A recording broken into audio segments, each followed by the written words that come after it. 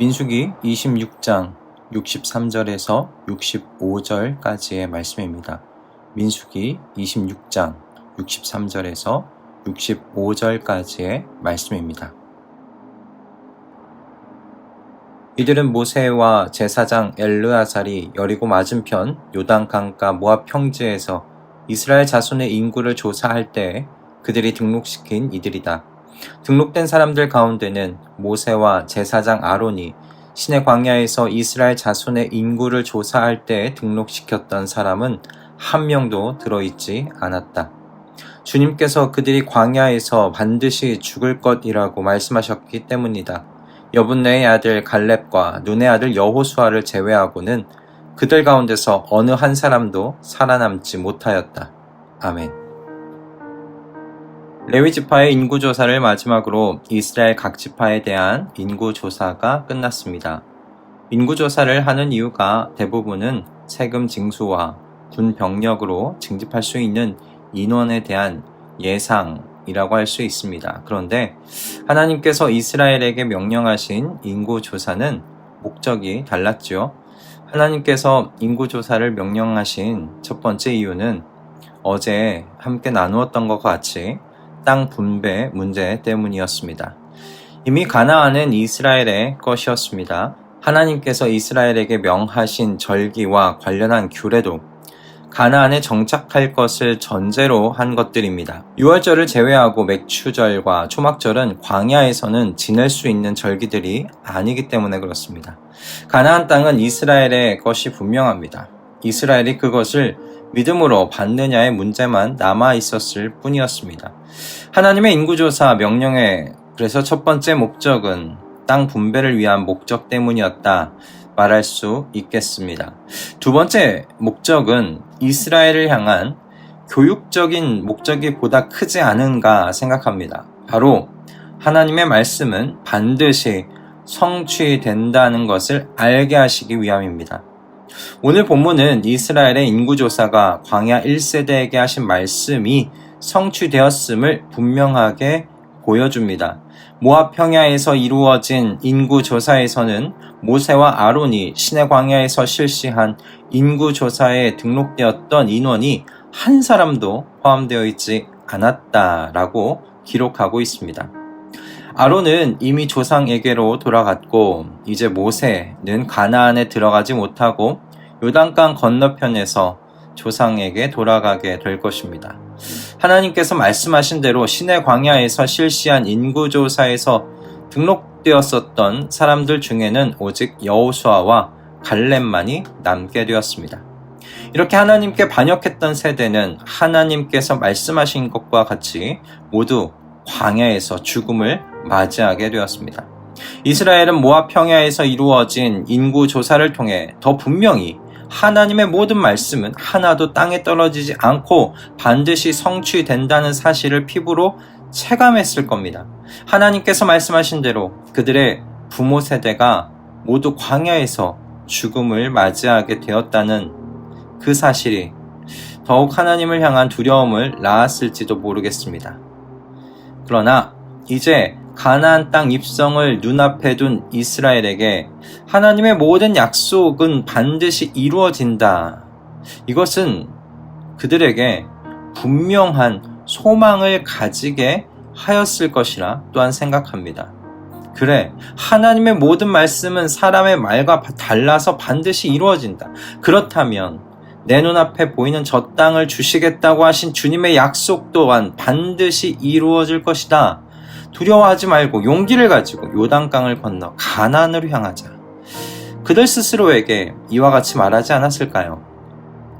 반드시 이루어지는 하나님의 말씀은 언제나 하나님의 백성에게 두려움보다는 소망을 낳았다는 사실을 기억하시기를 바랍니다.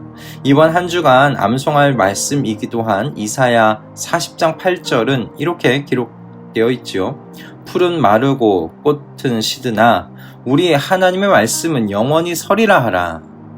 그런데요, 여러분 이 말씀이 어떤 말씀으로 시작하시는지 아십니까? 40장 1절은 이렇게 되어 있습니다. 너희는 위로하여라. 나의 백성을 위로하여라. 너희의 하나님께서 말씀하신다. 그 아래 여러분 말씀에는 이제 바벨론에서 포로로 복역하는 시간이 끝났다는 것을 알려주는 말씀이 기록되어 있어요. 이제 복역의 기간은 끝났다는 겁니다. 하나님께서 하나님의 백성에게로 돌아올 것이니 이제 주님께서 오실 길을 준비하라는 말씀입니다. 그리고 이 주님의 말씀이 사람과 달라서 영원한 말씀이라는 겁니다. 반드시 성취될 말씀이라는 겁니다. 그러니 주님의 이 말씀으로 내 백성을 위로하라는 거예요. 소망을 잃지 않게 하라고 하시는 말씀입니다. 여러분, 우리는 이제 막 어두운 터널에 들어가고 있는지도 모르겠습니다. 우리를 둘러싼 환경들의 지표가 좋지 못합니다. 모든 지표의 숫자들이 오르고 있는 가운데 곧 스태그플레이션이라는 것을 맞닥뜨릴지도 모른다는 소식이 전해져 오고 있습니다. 우리에게서 먼 이야기로 생각되었던 식량 문제도 이제 코앞에 닥친 문제가 되어가고 있습니다. 나의 때는 아니더라도 제가 너무나 사랑하는 자녀 세대에는 분명하게 닥칠 문제일지도 모를 일입니다.